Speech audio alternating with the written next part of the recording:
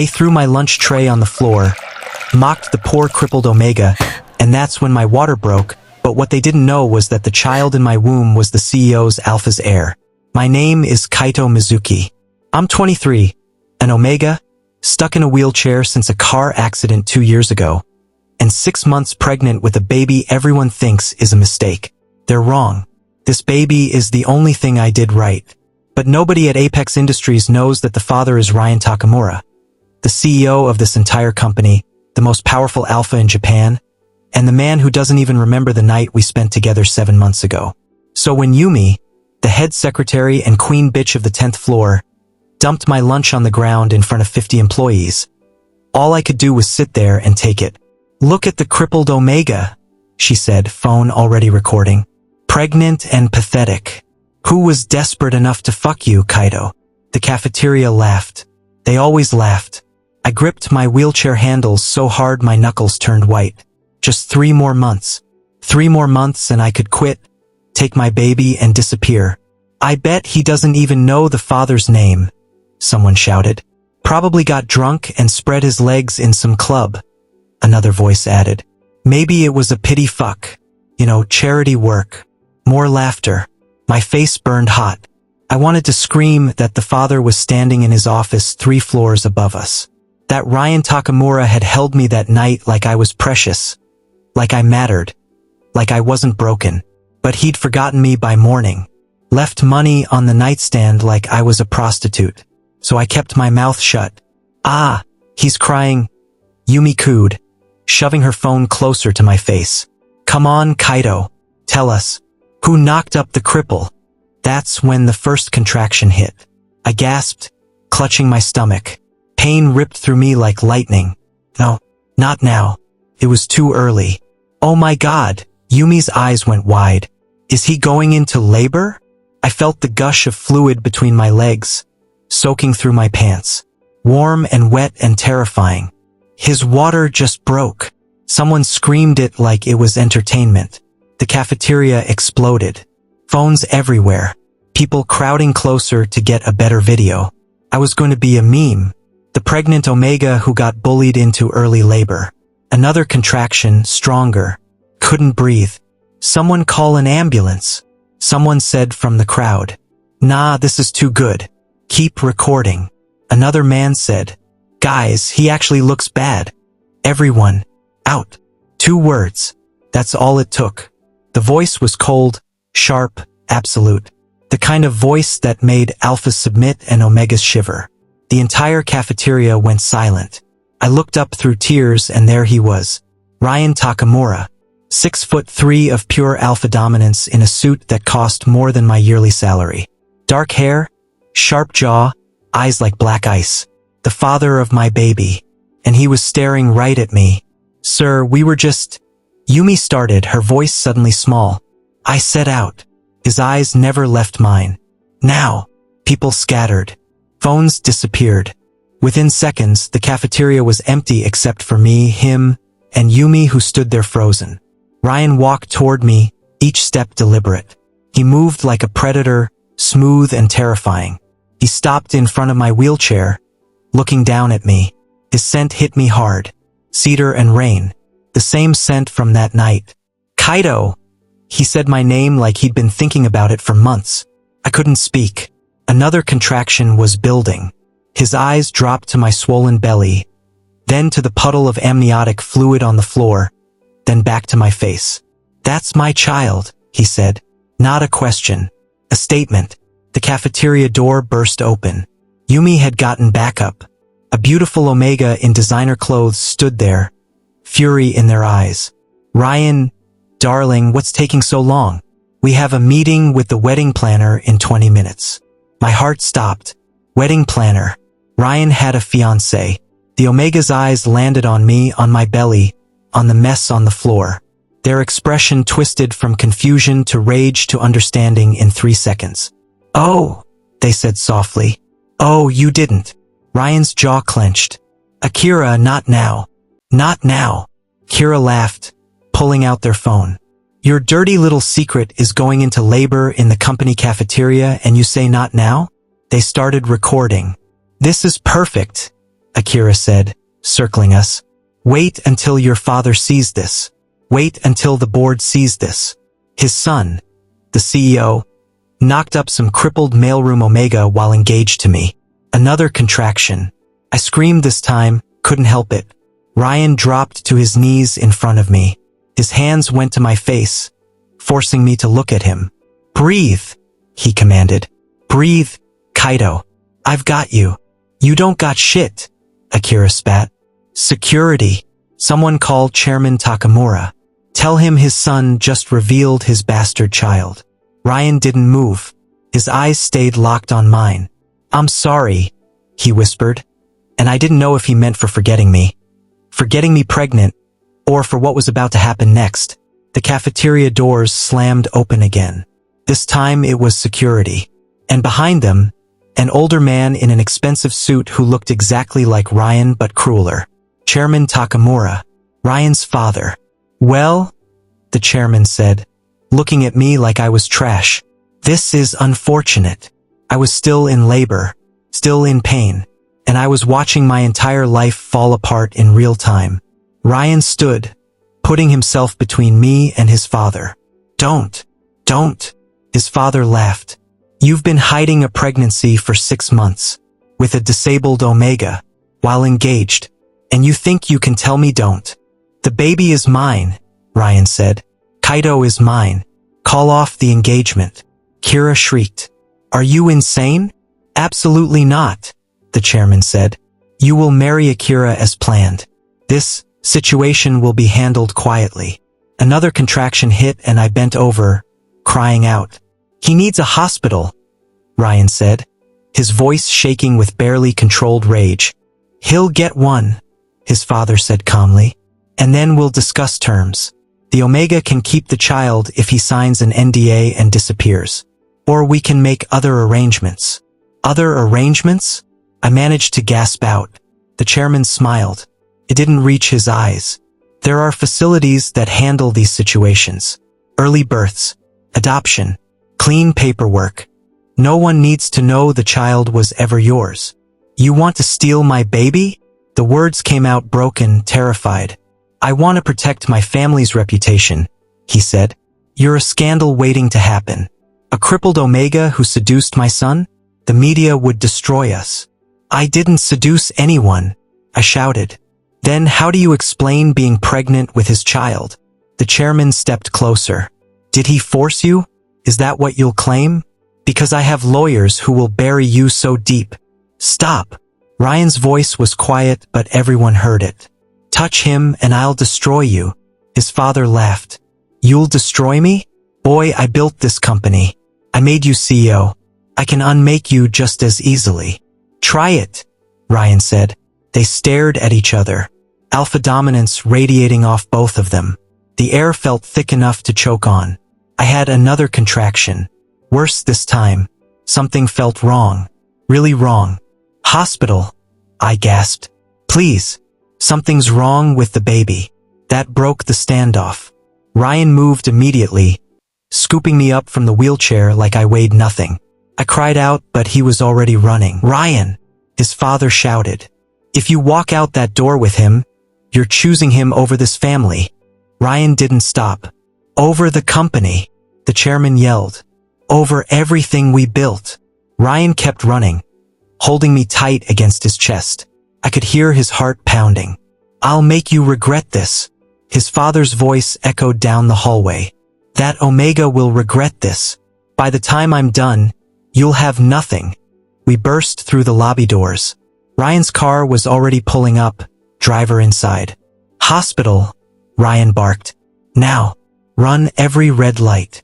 He laid me across the back seat, climbing in beside me. His hand found mine, squeezing. I've got you, he said again. I promise. I've got you. Another contraction.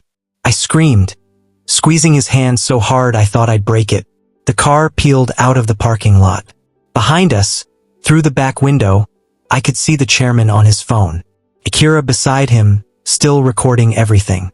And I knew this wasn't over. This was just the beginning. The hospital smelled like disinfectant and fear. They rushed me into a private room, the kind rich people use. Ryan stayed by my side the whole time, holding my hand while doctors swarmed around me. How far along? A nurse asked. 6 months, I gasped between contractions. Her face went pale. We need to stop the labor. The baby's not ready. They hooked me up to IVs, monitors, machines that beep too fast. Ryan's grip on my hand never loosened. You're going to be okay, he said, but his eyes looked terrified. The doctor came in, a stern-looking woman in her 50s. She checked my charts, then looked at Ryan. Mr. Takamura, I need to speak with you outside. No, Ryan said. Whatever you need to say it here. She hesitated. The Omega's body is under extreme stress. If we can't stop the labor in the next hour, we'll need to perform an emergency C-section.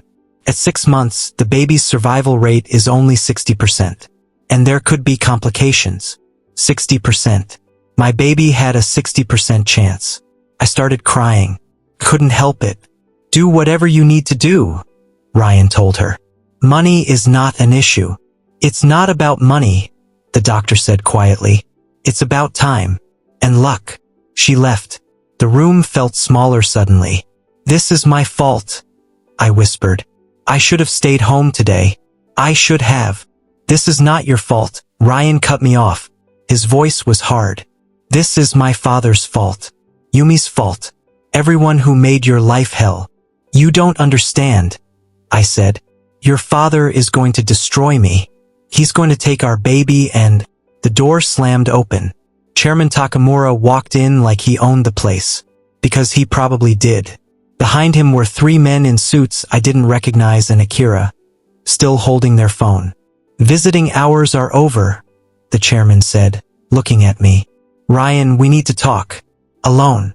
Get out. Ryan stood up, putting himself between his father and my bed. Now. I own this hospital, boy. I go where I please. The chairman smiled. But I'm not here to fight. I'm here to offer a solution. I don't want your solutions. The Omega might. His father looked at me. Kaito, is it? I'm prepared to offer you 50 million yen.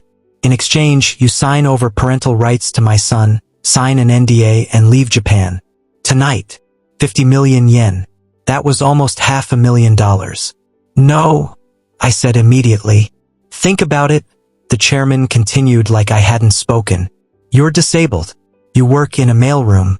How exactly do you plan to raise a child? What kind of life can you give them?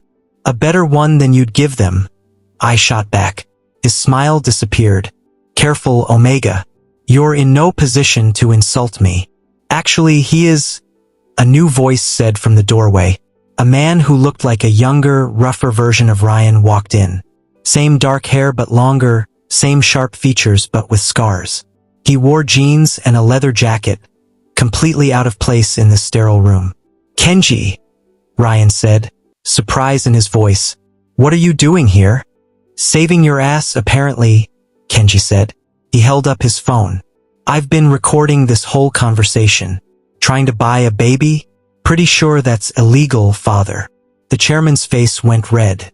You have no right to be here. You were disowned. Yeah, 5 years ago when I refused to marry the Omega you picked for me. Best decision I ever made. Kenji walked over to my bed, nodding at me. Hey, I'm the cool brother. Nice to meet you. Despite everything, I almost laughed. This is family business, the chairman said coldly. Leave. This became public business the second Akira started live streaming it, Kenji said. He turned his phone around. The screen showed a live video with thousands of viewers. Say hi to the internet, Dad. They're very interested in how you're trying to buy a baby. Akira's face went white. I stopped recording. I stopped. You stopped, Kenji agreed. I started. Funny how that works. The chairman lunged for Kenji's phone, but Ryan grabbed his arm. Touch him and I'll break your hand, Ryan said quietly. Father and son stared at each other. The tension in the room was suffocating. That's when I felt it. A different kind of pain. Sharper. Wrong. Something's wrong, I gasped. The baby. Something's wrong.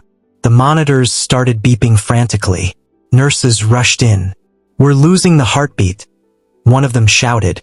"Get them out." The doctor pushed past everyone, checking my vitals. "Everyone out now." "I'm not leaving," Ryan said. "Then scrub in, you're going to surgery." The doctor was already moving my bed. "We're doing the C-section now. The baby's in distress." Everything happened too fast. They wheeled me down hallways, bright lights overhead. Ryan beside me in surgical scrubs. The doctor shouting orders.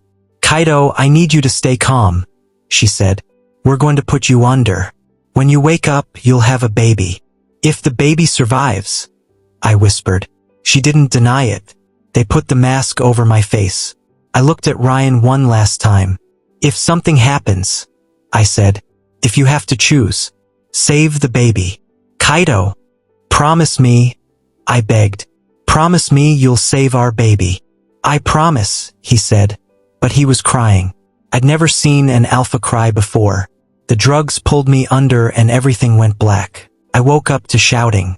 My body felt heavy, disconnected. I couldn't move, but I could hear. "Don't care what the board says." That was Ryan's voice. "I'm not going anywhere. You don't have a choice." The chairman. "They voted. You're removed as CEO effective immediately. Because you told them to vote that way. Because you've become a liability. An embarrassment." I tried to open my eyes, but they wouldn't cooperate. The drugs were still too strong. "Where's Kaito?" Ryan asked. "Where's my baby?" "The Omega is in recovery," a nurse's voice answered. "The baby is in the NICU. Is she alive?" Ryan's voice cracked on the last word. Silence. Too much silence. "She's alive," the doctor finally said. "But she's very small, very fragile.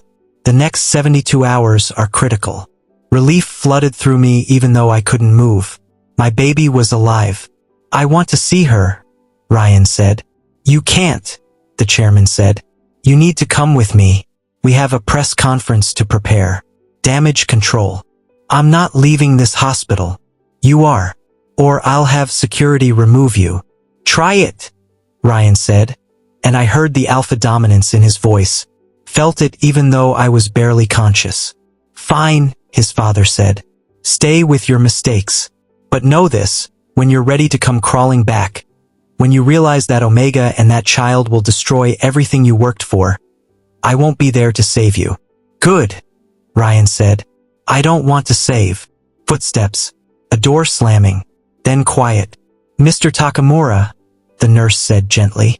"You should go see your daughter. She's in NICU room 3. "What about Kaito?" "He'll sleep for a few more hours. The surgery went well. He'll be fine." More footsteps. Farther away this time. I tried again to open my eyes. This time they cooperated, just barely. The room was dim. Empty. Just me and the machines beeping steadily. I reached down to touch my stomach. Flat. Empty. My baby was gone. No, not gone. In the NICU. Alive. I started crying. Relief, fear, exhaustion, all of it pouring out. The door opened. I thought it was Ryan coming back. It wasn't. Akira stood in the doorway, phone in hand. But this time they weren't recording. They were holding a syringe. "You know," they said conversationally, walking toward my bed. "This would have been so much easier if you just died on the operating table." I tried to reach for the call button, but my arms wouldn't move right. The drugs made everything slow. "Don't bother screaming," Akira said. "I paid the nurse to take a break. We have 5 minutes alone." "What are you doing?" My voice came out slurred. "Fixing a problem." They held up the syringe. "This is potassium chloride. Very effective. Very untraceable if done right. They'll think your heart just gave out from the stress." "You're insane," I whispered. "I'm practical," Akira corrected. "With you dead, Ryan inherits the baby. With the baby, he needs stability. Proper Omega spouse. Me. And your little bastard gets raised with the name and money she deserves. Everyone wins. Except me." "Well, yes, except you," they agreed. "But you were never really part of the equation, were you?" They moved closer, uncapping the syringe. I tried to move, to fight, but my body wouldn't respond. I was helpless. Akira reached for my foreline. The door exploded inward. Kenji tackled Akira to the ground. The syringe went flying, hitting the wall. Got it all on video, Kenji panted, pinning Akira down. Attempted murder. Premeditated. You're done. Akira screamed, thrashing. Let me go. You have no proof.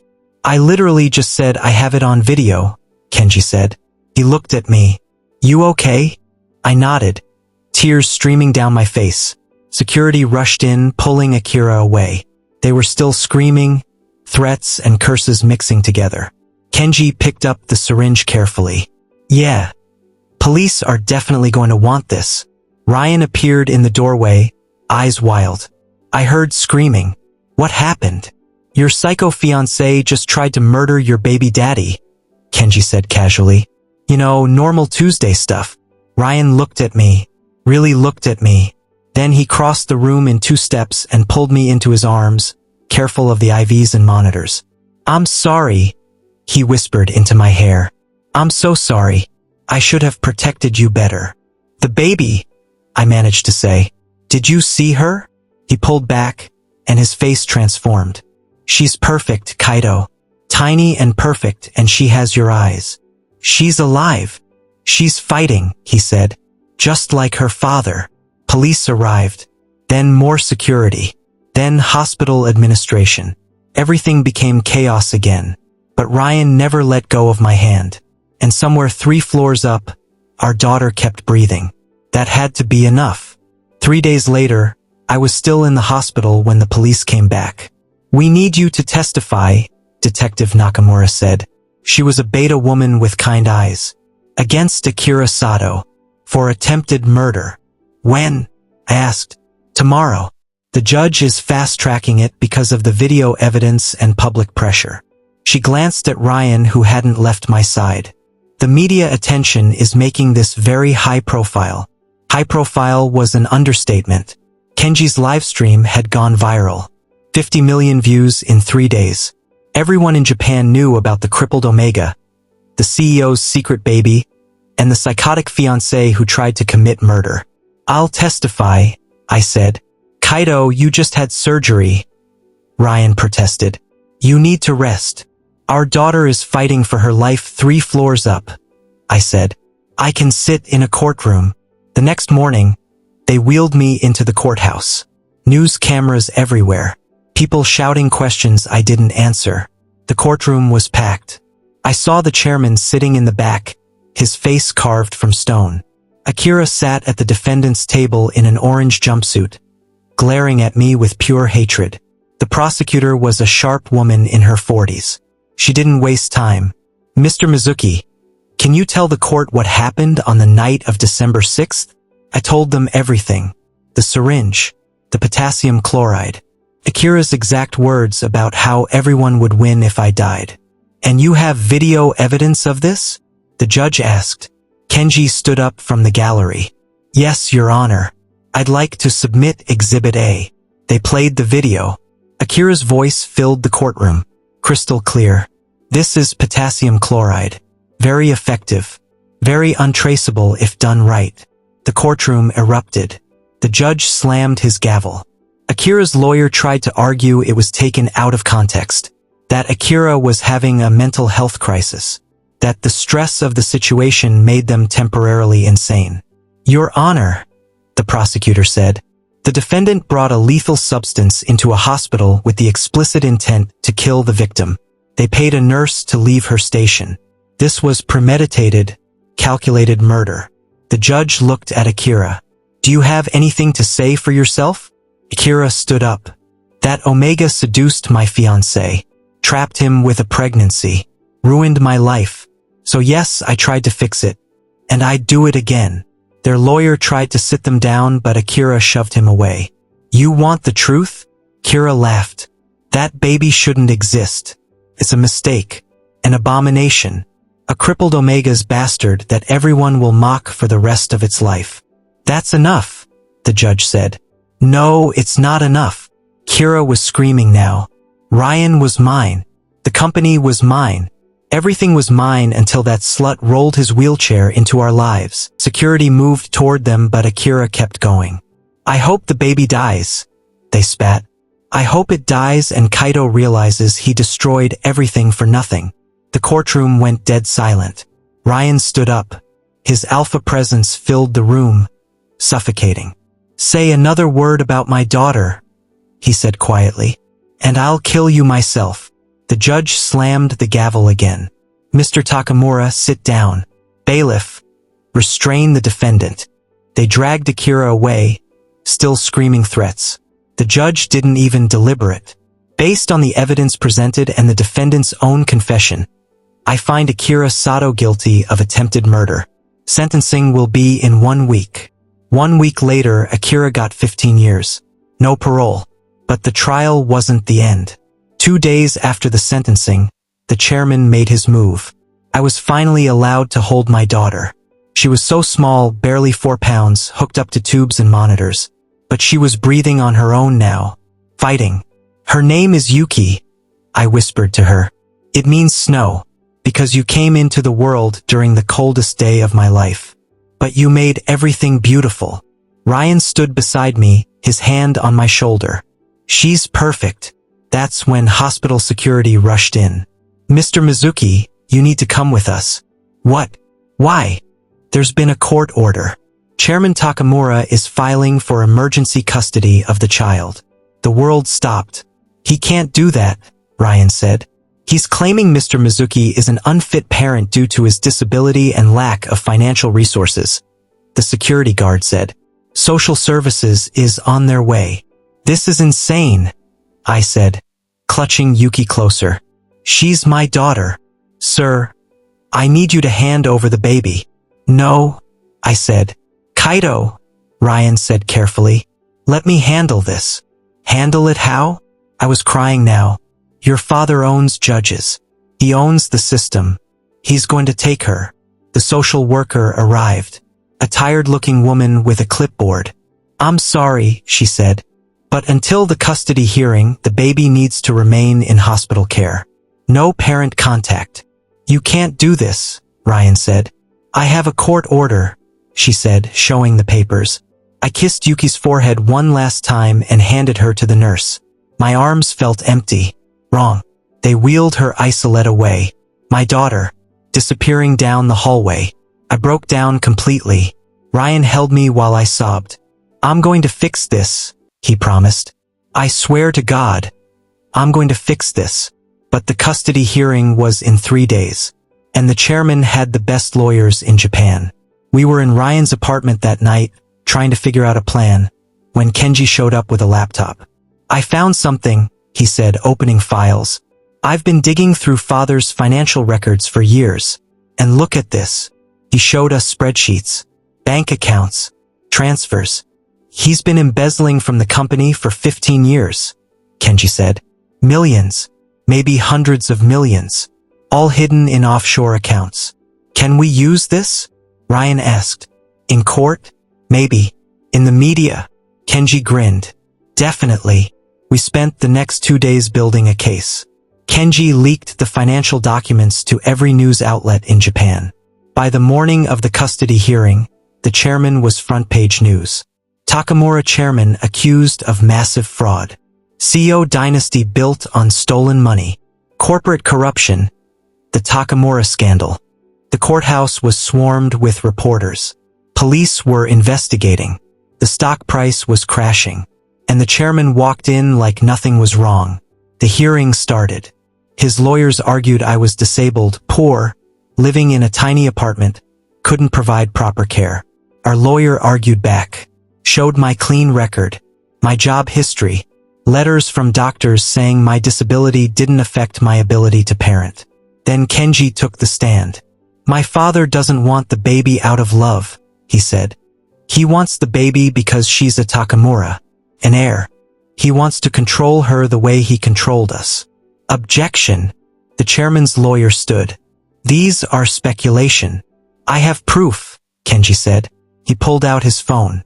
I recorded a conversation 3 days ago where my father explicitly said, and I quote, "The child has Takamura blood." She belongs to the family, not some crippled Omega. He played the audio. The chairman's voice filled the courtroom. The judge's expression darkened.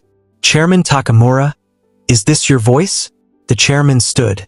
That conversation was private, illegally recorded. But it was your voice, the judge pressed. Silence.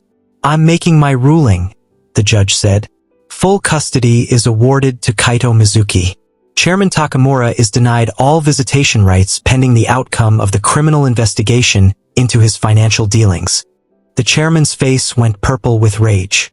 This is not over. Actually, it is, Ryan said, standing. Because I'm testifying against you. For the embezzlement. I have access to all the company files. Every transaction. Every lie. You'd betray your own father? You tried to steal my daughter, Ryan said coldly. You're not my father anymore. The chairman lunged at Ryan, but security grabbed him. They dragged him out, still shouting threats. 3 weeks later, he was arrested. Fraud, embezzlement, corruption. The trial would take months, but everyone knew he was going to prison. Yuki came home on a Tuesday. She was still small, still fragile, but healthy enough to leave the NICU.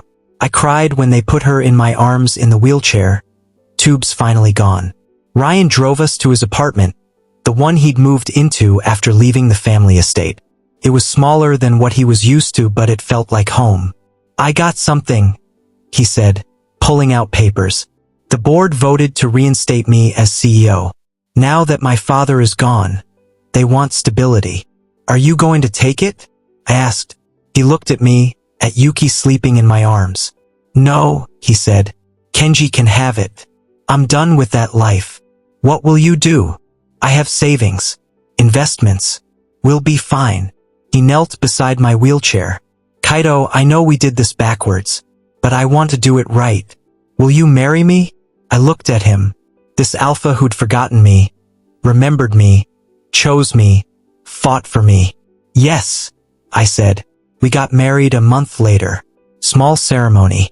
Just Kenji, a few friends, and Yuki in a little white dress. I stood up from my wheelchair for the vows. Physical therapy had been helping. I could walk short distances now. 3 steps to reach Ryan at the altar. He caught me when my legs shook. I've got you, he whispered. I know, I said. We kissed and Yuki started crying and everyone laughed. That night, Kenji uploaded the final video. It was the cafeteria footage from the beginning. Me pregnant, getting bullied. My water breaking. Everyone laughing. But this time, he added context. Captions explaining everything. Showing what happened after. The title. They mocked him not knowing he was carrying the CEO's child. It went viral in hours. 1 billion views in a week. The comments were brutal. That secretary got what she deserved. Imagine being so cruel to someone and then finding out you just ended your career. This is the ultimate revenge story. I hope that baby is okay. Update. The baby is fine. The Omega is married to the CEO, and all the bullies got fired. Yumi's name trended for days. She couldn't find work anywhere. Her social media was deleted after the harassment got too intense. The other employees who participated got blacklisted from every major company in Japan. And me? I started a foundation for disabled Omegas facing discrimination. Funded by Ryan's investments and Kenji's donations. 1 year later, we went back to Apex Industries for a meeting with Kenji. I wheeled through the cafeteria. The same cafeteria where it all started. Employees stared. Whispered. But this time with respect, not mockery. Yumi was there. Working as a janitor. The only job she could get. We made eye contact. She looked away first. I kept rolling. Didn't say a word. Didn't need to. Yuki was in my lap, babbling and grabbing at my shirt. Happy. Healthy. Alive. In the elevator going up, Ryan squeezed my hand. Any regrets? He asked. I looked at my daughter, at my husband, at the life we'd built from chaos. Not even one, I said. The elevator doors opened and we stepped out together. The end.